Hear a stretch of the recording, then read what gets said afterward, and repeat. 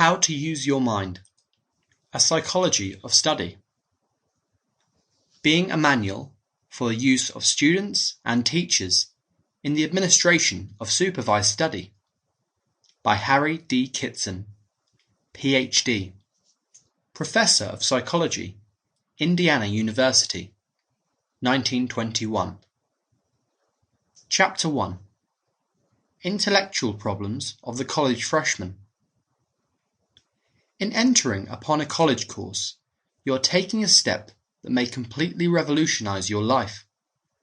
You are facing new situations, vastly different from any you have previously met.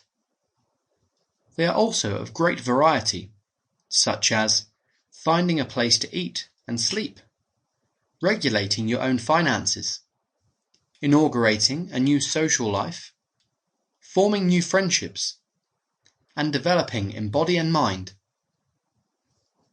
The problems connected with mental development will engage your chief attention. You are now going to use your mind more actively than ever before, and should survey some of the intellectual difficulties before plunging into the fight.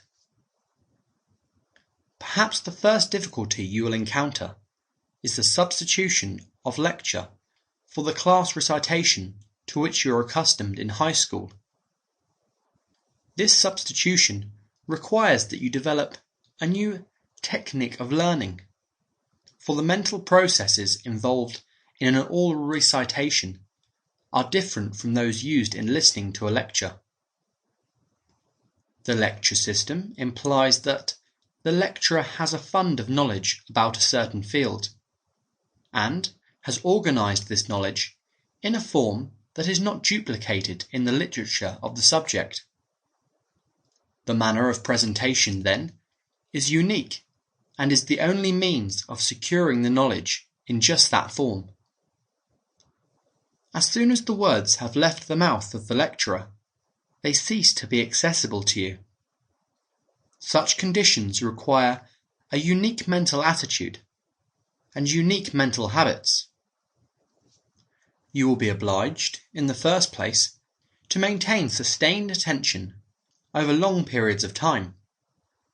The situation is not like that in reading, in which a temporary lapse of attention may be remedied by turning back and rereading. In listening to a lecture, you are obliged to catch the words on the fly.